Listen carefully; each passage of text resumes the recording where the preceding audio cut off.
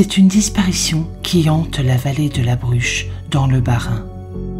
Depuis le 23 septembre dernier, Lina, 15 ans, est introuvable.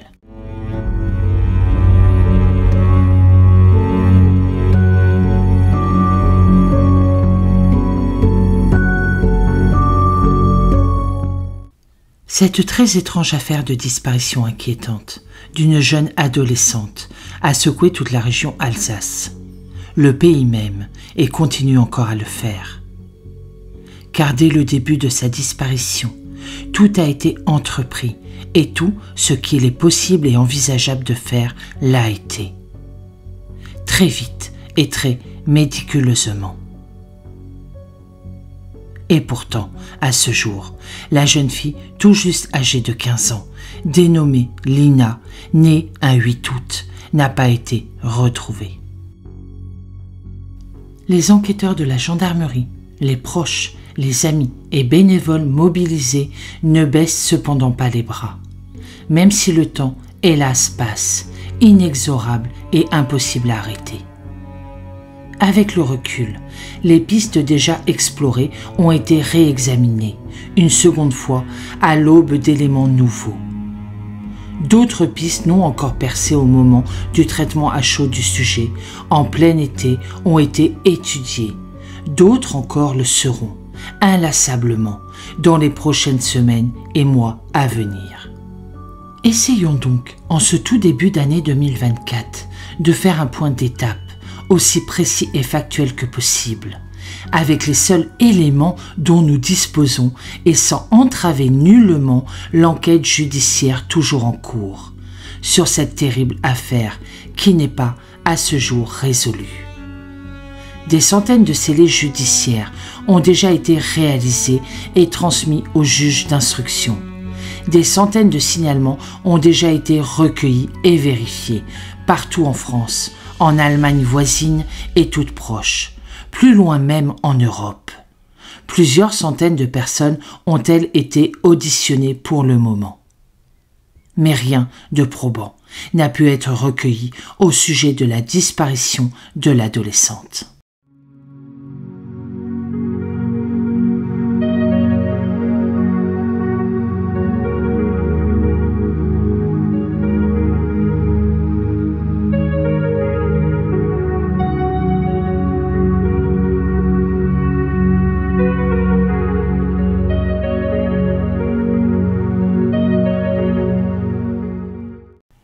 Aloha, j'espère que vous allez bien.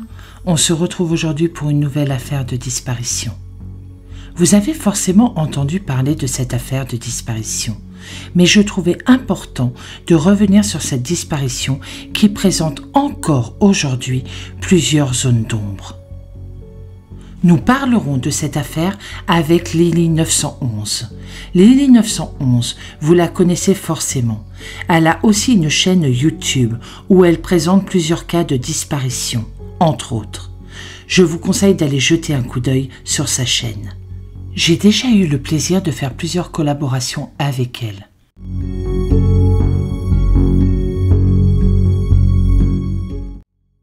Nous voici donc plongés en plein cœur de l'automne alsacien, ce samedi 23 septembre 2023.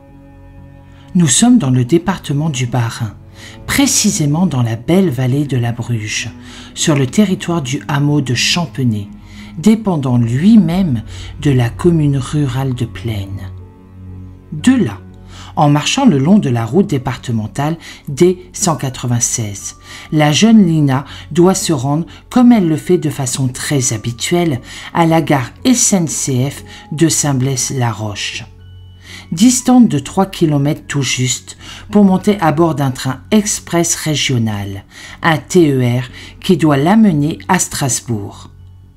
Cette ligne relie les Vosges à Strasbourg par le Piémont vosgien, en serpentant paisiblement entre vignes et cultures.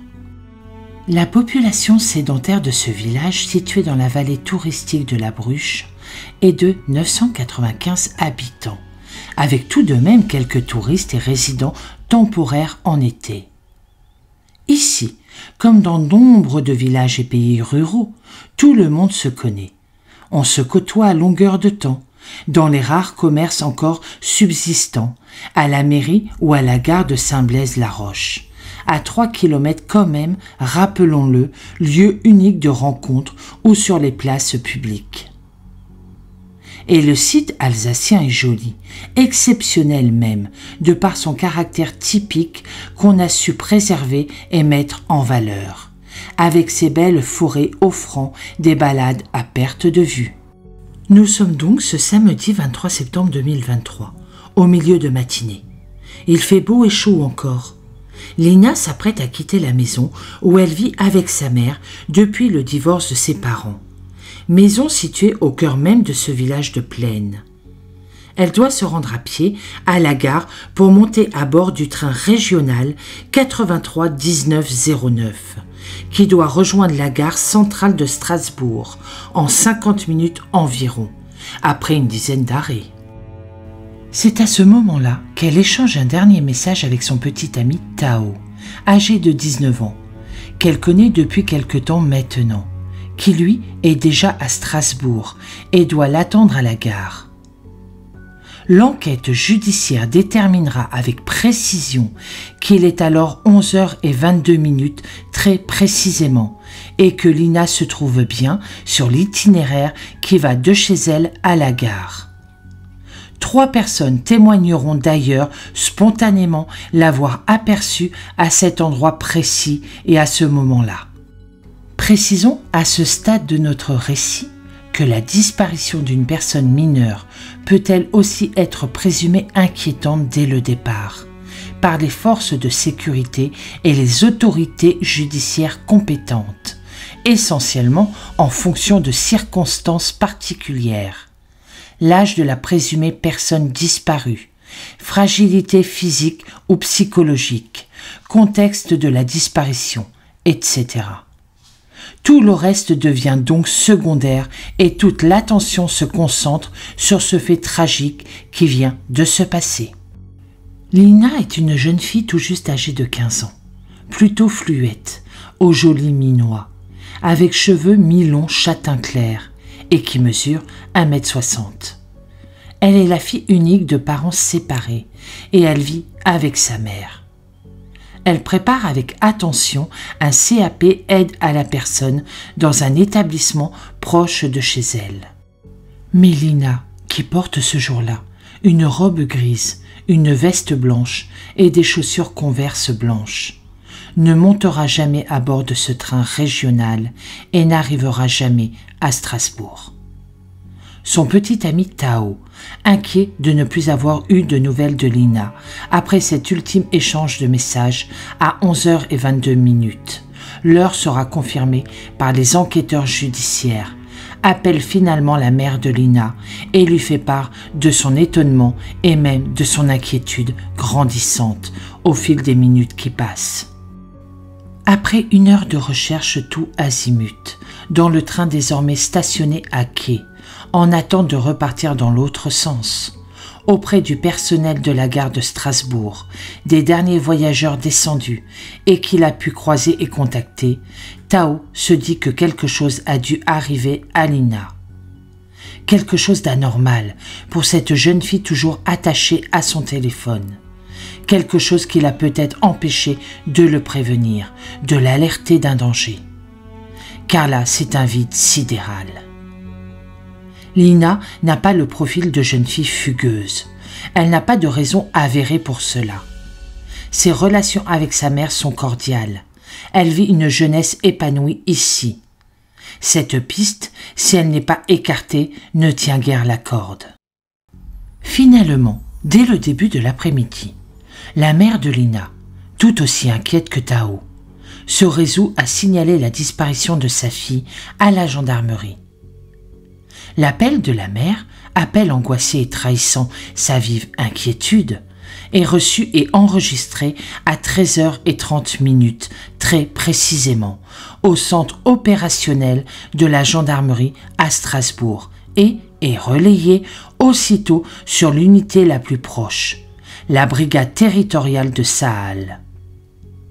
L'officier supérieur de gendarmerie, directeur des opérations, comprend la gravité des faits relatés et décide d'engager, sans tarder, de gros moyens de recherche.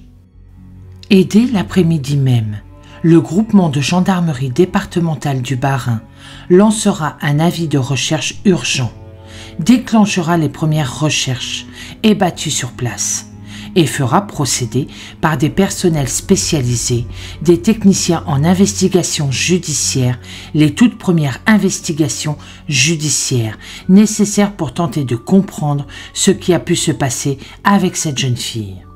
Son téléphone est aussitôt mis sous surveillance. Ainsi, les enquêteurs judiciaires seront alertés en temps réel de toute opération sur l'appareil. Mais durant toute l'après-midi, hélas, rien ne va se produire. On a recours, dans le courant de l'après-midi même, à plusieurs équipes cynophiles de la gendarmerie et des sapeurs-pompiers. Un hélicoptère des forces aériennes de la gendarmerie survolera longuement la zone boisée, les différentes voies d'accès à la gare Saint-Blaise-la-Roche, le domicile présumé, tout endroit en réalité là où la disparition a eu lieu. À la tombée de la nuit, l'appareil rentrera à sa base et le plein fait reviendra reprendre son balai scrutateur aux premières lueurs de l'aube, dès le lendemain. Des drones seront également déployés pour bien visualiser les zones et les routes alentours. Lors d'un point de situation effectué avant la tombée de la nuit, car rappelons que nous sommes en automne et que la nuit, malheureusement, tombe vite, surtout en zone forestière. Force est de constater qu'aucune trace de Lina n'a été trouvée, même la plus infime, alimentant ainsi l'inquiétude et le mystère autour de sa disparition. Les enquêteurs judiciaires sont renforcés par les personnels très spécialisés dans ce genre d'enquête, souvent complexes et souvent longues. Unité co-saisie par le procureur de la République de Saverne, qui, pour le moment, reste encore compétent. Pour les assister, les unités territoriales de gendarmerie, géographiquement les plus proches du lieu de domicile, qui avaient rapidement été dirigées sur place, sont renforcées et relayées.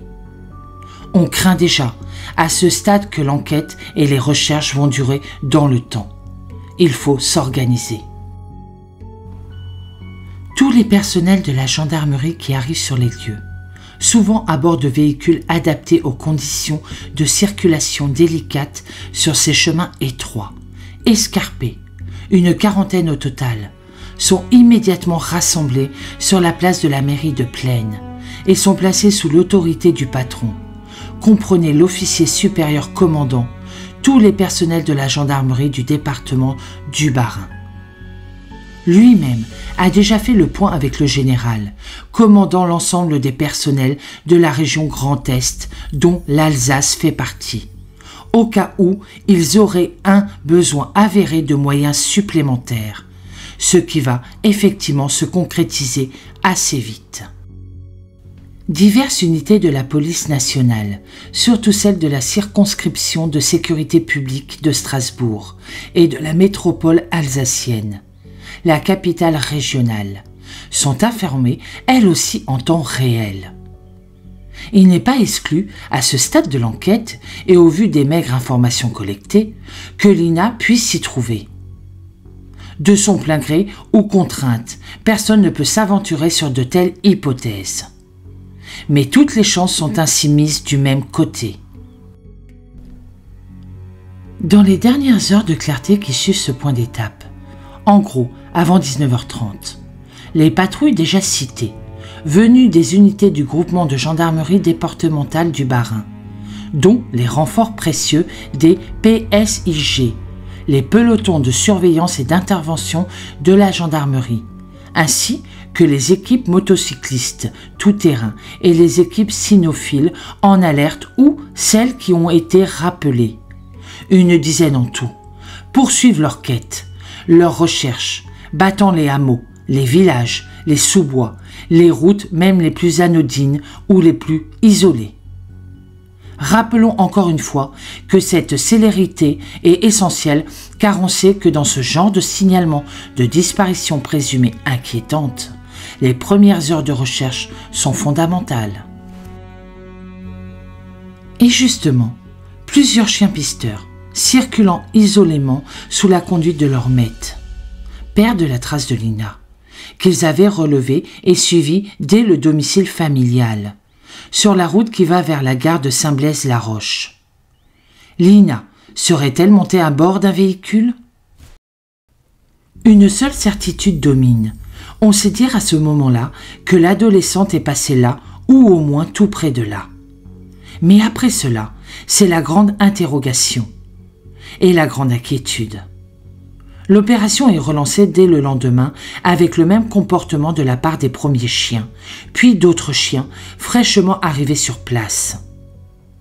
C'est curieux et conforte l'hypothèse déjà avancée d'un départ en véhicule depuis cet endroit. Un nouveau et long ratissage aérien, effectué en hélicoptère, va avoir lieu durant la matinée puis en début d'après-midi. Sa puissante caméra thermique et ses moyens sophistiqués d'observation ne détecteront rien de plus que la veille. La modeste mairie du village de Plaine devient très vite, et d'évidence d'ailleurs, le centre de crise du village et la salle des fêtes devient le poste central opérationnel. On y amène au plus vite chaises, tables, tableaux, lignes électriques et téléphoniques. Bref, tout ce dont les secouristes et les gendarmes enquêteurs ont besoin dans l'immédiat. On n'avait encore jamais vu tel déploiement de moyens de recherche au village. Le service départemental d'incendie et de secours du Bas-Rhin, le SDIS, par le biais de l'officier supérieur, commandant des opérations de secours, s'est lui aussi rendu à nouveau sur place, le jour à peine levé, avec son véhicule de commandement et un poste mobile opérationnel déplacé au plus près des lieux. De concert avec les gendarmes, il engage lui aussi de très nombreux moyens en hommes et en matériel, et en place d'ores et déjà d'autres en alerte. Lui aussi craint en effet d'en avoir besoin dans le temps. Notons que c'est là, et c'est relativement nouveau en matière de concept, une nouvelle stratégie d'emploi des moyens en personnel et en matériel lors des opérations de secours. La comparaison pourrait utilement être faite avec l'énorme engagement de moyens de ce type, en rotation constante lors des gigantesques incendies qui ont ravagé le sud du département de la Gironde à l'été 2022. Dès le lendemain, le dimanche 24 septembre 2023, le procureur de la République près le tribunal judiciaire de Saverne, territorialement compétent, ouvre une enquête pour disparition inquiétante de mineurs. Il confirme la cosaisie de la section recherche de la gendarmerie à Strasbourg. Il donnera également une conférence de presse en cours de journée, devant la salle communale tout près de la mairie. Mais, aux grandes dames des journalistes, nombreux accourus ici, dans ce petit village, il n'y a que très peu d'éléments à leur communiquer.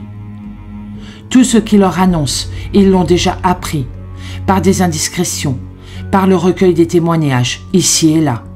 Pas toujours vérifiés, pas toujours avérés. Soyons plus que prudents en la matière. Le préfet du département du Bas-Rhin est là aussi, signe que l'affaire est désormais prise très au sérieux. Mais personne n'en a jamais douté vraiment. Il est notamment le coordonnateur de l'ensemble de la logistique et de moyens spéciaux à réquisitionner et à faire venir sur place. Plus tard, dans la matinée, un tout premier appel à témoins est lancé et il est très largement relayé par tous les médias qui, dès la veille, occupent le village et les villages alentours. Qui d'ailleurs, parmi nous, n'a pas oublié le visage souriant de cet enfant porté disparu. Les équipes cynophiles de la gendarmerie et des sapeurs-pompiers, ceux-là même qui ont déjà beaucoup cherché durant la soirée et une grande partie de la nuit, sont renforcés par les équipes cynophiles des départements voisins, venus parfois même hors région. ainsi des chiens pisteurs au flair exceptionnel, des chiens malinois et des Saint-Hubert, arrivent-ils en toute célérité d'unités de gendarmerie plus lointaines, mais aussi du Centre national d'instruction cynophile de la gendarmerie à Gramat, dans les départements du Lot. Là aussi, c'est une nouvelle méthode de travail. Les premières investigations, plutôt classiques dirons-nous, interrompues à la nuit tombée, recommencent dès l'aube. Fouille des lieux sur un premier cercle concentrique de plusieurs kilomètres de rayon.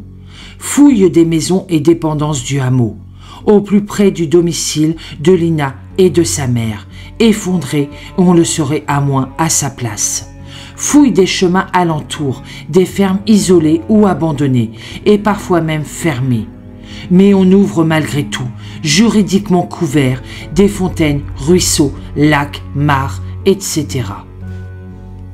Parallèlement, mais cela n'est pas rendu public pour d'évidentes raisons de confidentialité et de discrétion, gage aussi d'efficacité, des enquêteurs judiciaires de la gendarmerie s'attachent à reconstituer autant que faire se peut les différents itinéraires supposés empruntés par l'adolescente, sans se focaliser sur l'itinéraire d'évidence et habituel, ainsi que sur le contexte familial et social de l'adolescente, l'organigramme familial des membres présents et des proches connus. Au village de Plaine, une véritable logistique lourde, digne de l'organisation d'un très grand événement, se met en place. Il fait en effet, et c'est d'une évidence banale, soutenir au mieux les gendarmes, sapeurs-pompiers, secouristes, bénévoles et aidants de toutes sortes, pour qu'ils puissent effectivement durer dans le temps. D'autant que des renforts vont encore arriver pour parfaire et prolonger les fouilles. Ainsi, un escadron de gendarmerie mobile, fort de 85 personnels, en alerte, va-t-il arriver incessamment et se déployer dans ce secteur boisé et très étendu, parfois plus difficile d'accès qu'il n'y paraît. Et c'est pareil pour les sapeurs-pompiers qui attendent le renfort imminent de moyens régionaux spécialisés. Tout le monde craint en effet que cela puisse durer dans le temps, sous la chaleur encore présente et la sécheresse de ce beau mois d'automne. Le lundi 25 septembre, le préfet du Bas-Rhin, assisté du procureur de la République près le tribunal judiciaire de Saverne et des enquêteurs de la gendarmerie, organise une nouvelle conférence de presse et un point d'actualité à destination des journalistes et de l'ensemble de la population. Il ne peut hélas que confirmer la reprise des fouilles dès 6 heures du matin, ainsi que la poursuite des patrouilles à pied et en véhicule. L'emploi de drones de recherche et de surveillance particulièrement performants, ainsi que le survol, une fois encore, de l'hélicoptère des forces aériennes de la gendarmerie. Et ce lundi-là, 48 heures après sa disparition, il faut se rendre à une évidence. Aucun indice, pas le moindre. Aucune trace non plus n'a été relevée. Les battues classiques, celles où plus d'une centaine de bénévoles se sont jointes, en soutien des enquêteurs de la gendarmerie et des sapeurs-pompiers, n'ont pas apporté, elles non plus, de pistes intéressantes. Mais hélas, la sinistre prévision s'avérera exacte. De jour en jour, et jusqu'au lundi 1er octobre, les recherches intensives vont se poursuivre tout azimut. Des bénévoles se présentent encore pour assister les gendarmes et les sapeurs-pompiers. Certains partent d'initiative, avec ou sans un chien, plus loin sur les chemins et pistes des bois du département et de la région. Dans les airs, la noria des hélicoptères bleus des forces aériennes de la gendarmerie, épaulés par le balai des drones, eux aussi armés par des gendarmes pilotes de drones, se poursuivra plusieurs jours encore, hélas sans rien apporter de significatif. Il diminuera d'intensité, prêt cependant à reprendre si besoin était. Ces gens-là n'ont pas ménagé leur peine sous un soleil de plomb. Les techniciens judiciaires plongeurs de la gendarmerie et des sapeurs-pompiers unissent leurs efforts pour sonder mares, lacs, rivières, ruisseaux, puits et points d'eau. Une cartographie très précise ne laisse rien échapper, sait-on jamais. Mais pour eux non plus, rien n'est découvert, pas même un infime indice, une toute petite trace.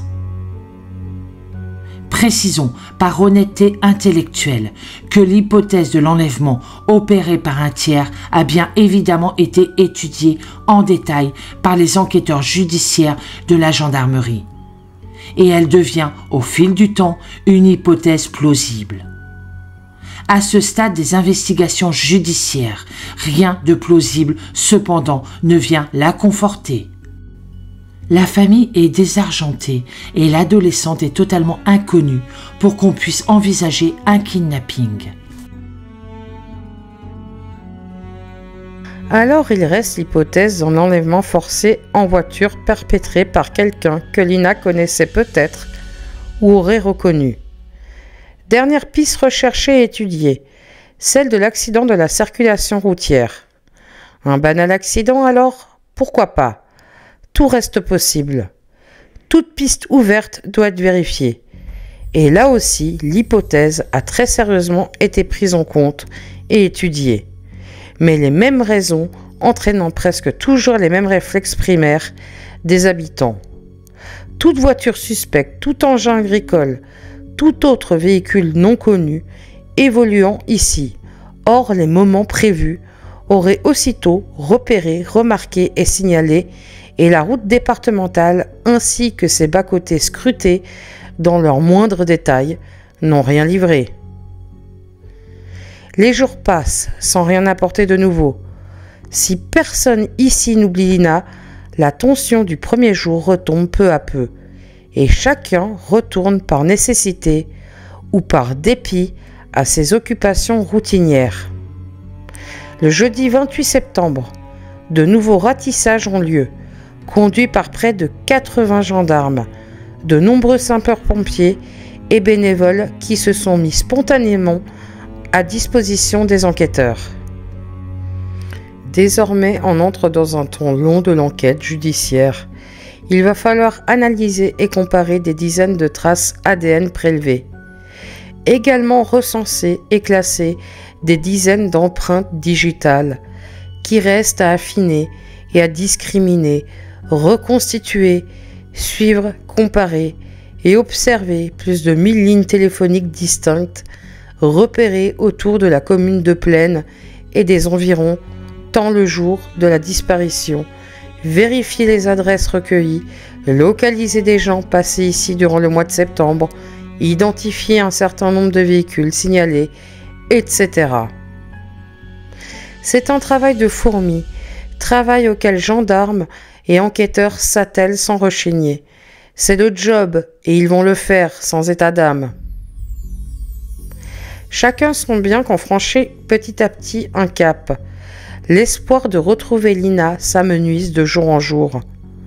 On a bien sûr fait vérifier par logique de recherche judiciaire, et l'espoir étant toujours là malgré tout, les gares routières, les gares de chemin de fer, les trains régionaux, les aérodromes et les aéroports, les ports et les ferries, les péages autoroutes, les maisons des jeunes et de la culture, les hôtels, bref, tout endroit où elle aurait pu être aperçue ou aurait logiquement pu attirer l'attention de quelqu'un, qu'elle était seule ou accompagnée. Mais ici encore, l'espoir n'est pas au rendez-vous.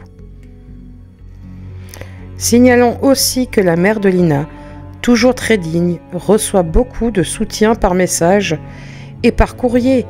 Ils viennent de France, bien sûr, mais aussi de l'étranger. Bien des gens pensent qu'ils auraient pu être ces parents-là, marqués par la fatalité, et que Lina aurait pu être leur propre fille. Le lundi 15 octobre 2023, près de 3 semaines après la disparition de Lina, l'information judiciaire initiale est requalifiée en enlèvement, arrestation, détention et séquestration arbitraire sur mineurs de moins de 18 ans, non suivie d'une libération volontaire de plus de 7 jours.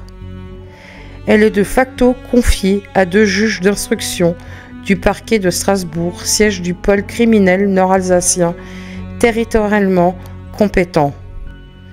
L'apprenant, beaucoup de gens de bonne foi et ignorant les complexités judiciaires et tout l'intérêt qui gagnerait l'enquête, ont été un peu trop vite en besogne et ont cru, à tort malheureusement, que la justice avait enfin trouvé quelque chose, arrêté un suspect. Idéalement, on ne prête qu'aux riches un coupable idéal.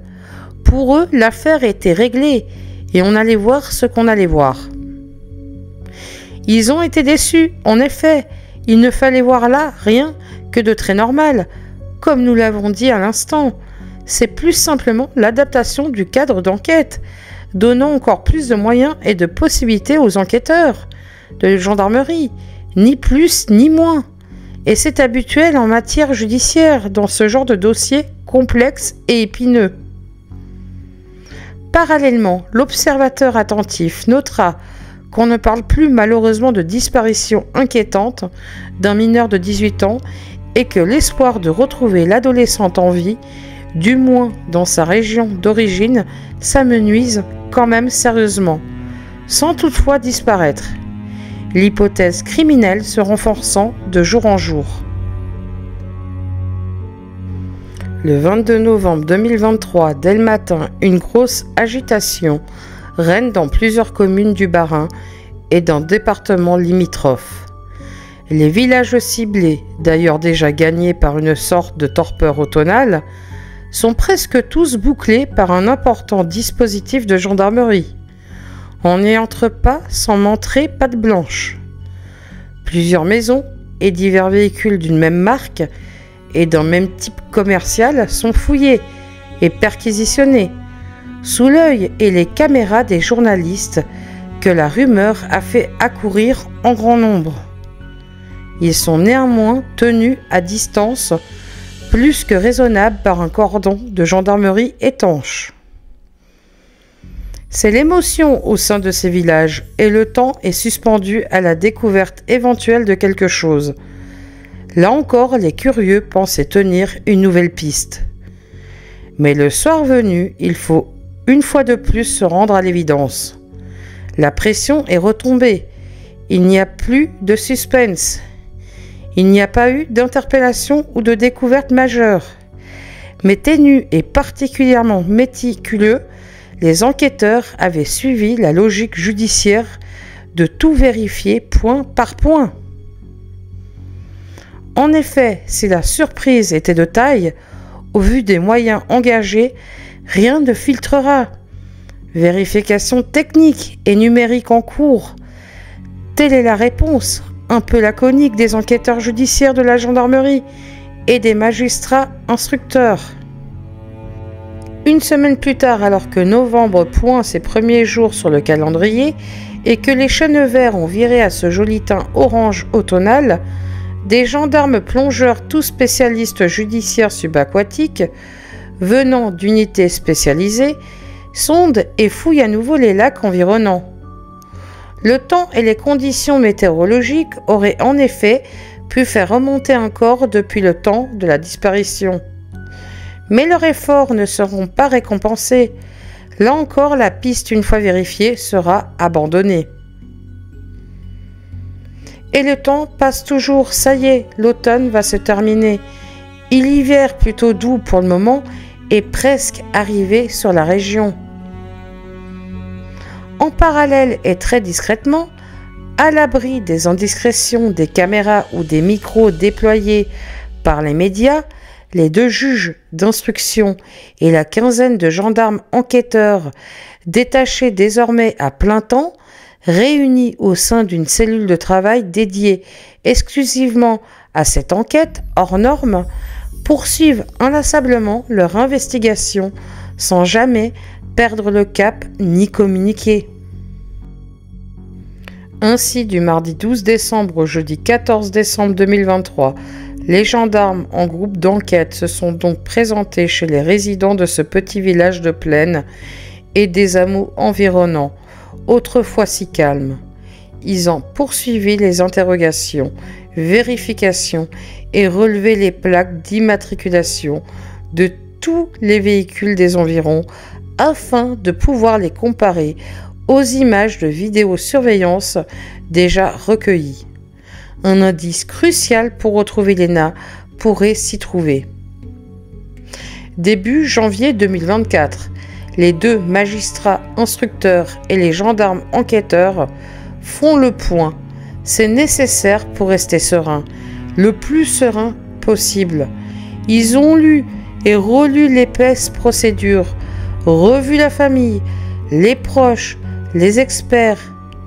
L'hypothèse de l'enlèvement crapuleux, appelons-le ainsi dans le jargon habituellement utilisé, tient la corde. Si effectivement il y a eu l'intervention d'un tiers par enlèvement programmé ou non, de force ou de gré, l'enquête change de cadre juridique. Là aussi, tout ce qu'il est possible d'imaginer en tenant compte des lieux et des circonstances a été listé, vérifié, revérifié, testé, analysé, scruté, observé en détail. Il est évident que cette hypothèse est la plus cruelle pour la mère et les proches et s'avère particulièrement complexe pour les enquêteurs de la gendarmerie. L'expérience judiciaire montre de surcroît que si c'est bien organisé, ça peut hélas fonctionner. À titre de comparaison réaliste, repensons simplement à l'enlèvement le 9 janvier 2003 de la petite Estelle Mouzin dans le village de Guermantes en Seine-et-Marne, à la nuit tombée. Là aussi, d'immenses moyens de recherche avaient été mis en œuvre. En vain, la petite fille avait été très vite transportée dans les Ardennes par un redoutable prédateur. Mais néanmoins, les lieux à Guermantes n'étaient pas les mêmes, si l'on peut le dire ainsi. Le jeudi 1er février 2024, Fanny Groll, la mère de Lina, est longuement reçue par les 2 magistrates instructrices pour faire un nouveau point sur l'enquête et les suites réservées. Jusqu'à ce jour, elle avait surtout été en contact régulier avec les gendarmes enquêteurs.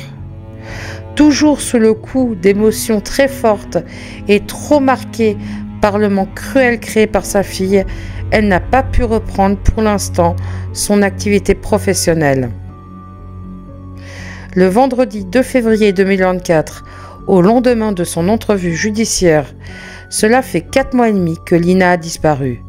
Sa mère, toujours très digne, très sobre, aussi dans son port et dans son élocution, soutenue par son conseil, lance un nouvel appel via les médias. Elle veut retrouver sa fille. Elle a un besoin viscéral de comprendre. On apprendra enfin en marge de l'enquête, mais c'est révélateur du climat délétère qui s'est installé depuis septembre 2023, qu'une plainte a été déposée par Fanny, la mère de Lina, contre un animateur d'une chaîne du réseau YouTube, alléguant un peu trop vite et sans aucun fondement une relation entre la mère et Tao, le petit ami de Lina.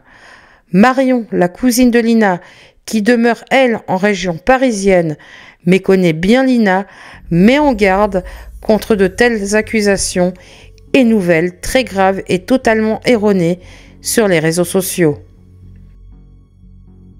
Aujourd'hui, 5 mois après les faits, l'enquête avance lentement, discrètement. Sûrement, espérons-le. Nous savons désormais, car les choses ont été progressivement rendues publiques, que les témoignages des 2 personnes qui ont affirmé toutes 2 et sans s'être concertées avoir aperçu la jeune fille ce jour-là, à bord d'une voiture sur la route départementale, mais venant, il en est certain, de la gare de Saint-Blaise-la-Roche et se dirigeant donc vers Strasbourg et la sortie de la vallée de la Bruche sont réexaminés avec une intention toute particulière. On veut ainsi, au niveau des enquêteurs de la gendarmerie, éviter toute erreur de date, de lieu, de temps, de comparaison. Par habitude, on connaît malheureusement la fragilité du témoignage humain, surtout s'il n'est pas solidement étayé. Est-on absolument sûr du jour? Leur avancée est-elle exacte? Les lieux décrits ont-ils été reconnus avec certitude? Connaissait-il bien Lina et saurait-il la reconnaître sans le moindre doute, même dans un véhicule en mouvement? Lina, l'adolescente de 15 ans disparue, avait déposé plainte pour viol en Réunion contre 2 jeunes hommes majeurs en juin 2022. Cette plainte avait initialement été classée sans suite 1 an plus tard pour motif de faits insuffisamment caractérisés, suscitant l'incompréhension de tous, surtout de la mère, même pas avisée en temps réel. Mais finalement, cette plainte vieille d'1 an et demi va être réexaminée par le parquet de Saverne dès le mois de janvier 2024. À la lueur notamment des faits nouveaux mis en lumière et engrangés par l'enquête relative à la disparition de Lina. À ce jour, ces 2 personnes, vite retrouvées, ont été réentendues, leur alibi vérifié, leur véhicule et téléphone examiné. Pour le reste, le silence des enquêteurs judiciaires de la gendarmerie et des 2 magistrats instructeurs reste total. Retenons d'ailleurs à ce sujet, il est important de le repréciser ici, que la plus grande prudence et le silence total, comme s'il était respectueux, accompagnent désormais et de plus en plus magistrats et enquêteurs dans ce type d'enquête. Gardons donc espoir. Un jeune homme d'un âge estimé à 20 ans, circulant à bord d'un véhicule de couleur sombre, sans doute bleue ou grise, ou proche de ces 2 couleurs-là, semble-t-il, de marque Renault, de type commercial usuel Clio, est activement recherché par les enquêteurs depuis qu'il a été signalé aux abords d'une aire de jeu en septembre 2023. On a accentué les recherches sur ce type de véhicule en parallèle d'un autre modèle français, les berlines Citroën Xantia. Même si ce dernier modèle ne fait pas l'unanimité dans les témoignages, la présence de ce jeune homme au comportement étrange avait été signalée aux enquêteurs par les parents d'une jeune enfant scolarisée non loin, enfant qu'il aurait abordé quelque temps auparavant. Les enquêteurs s'étaient également penchés très vite sur l'exploitation des images vidéo de toutes les caméras de vidéosurveillance de la région, de surcroît en ratissant large. Hélas, les enregistrements de la caméra dans le commerce du village, automatiquement effacés 48 heures à peine après le signalement des faits, ne sont plus exploitables. Là aussi, il faudra bien que le législateur se penche à nouveau hors passion et avec une certaine sérénité et une vision prospective sur le cadre juridique originel, aujourd'hui manifestement obsolète, et le fasse évoluer notamment en matière de durée de conservation minimale et maximale des images enregistrées. Mais fort heureusement, d'autres enregistrements ont pu être saisis, ceux notamment de 4 caméras situées à des endroits stratégiques, notamment aux 4 entrées et sorties principales de la vallée de la Bruche, itinéraire qu'aurait pu emprunter un éventuel ravisseur. Parmi ces 4 lieux, on retrouve le col routier du Hans, situé à seulement 6 km de Saint-Blaise-la-Roche, là où l'on suppose que se trouvait la jeune Lina au moment de sa disparition. Les enregistrements caméras d'école de Donnen et de Salles, 2 autres passages essentiels vers les Vosges, ont également été saisis. Et enfin celle du tunnel de Schermec sur la route départementale 1420 qui dessert la route principale en direction de Strasbourg. On sait ce dernier toujours très emprunté car il permet de ne plus traverser l'agglomération de Schermec. Ces appareils, tous dirigés vers la route et installés par la collectivité européenne d'Alsace, servent habituellement à surveiller l'enneigement de la chaussée. Ils permettent donc de très bien apercevoir les véhicules. Là encore, rien ne filtre pour le moment du moins. L'étude des images, longue, fastidieuse, méthodique, étant toujours en cours. Toutes les caméras du train TER que l'adolescente devait emprunter et celles de la gare de Strasbourg, et elles sont nombreuses dans cette immense gare, où se croisent chaque jour des dizaines de milliers de personnes, ne montreront jamais Lina, ni montant à bord, ni s'y trouvant, ni même en descendant. Ce qui aurait pu survenir après tout, alors qu'on y voit nettement Tao et des amis de la jeune fille l'attendre avec impatience et inquiétude. Cela conforte l'hypothèse, déjà forte, que Lina n'est en fait jamais montée à bord de ce train régional en gare de Saint-Blaise-la-Roche.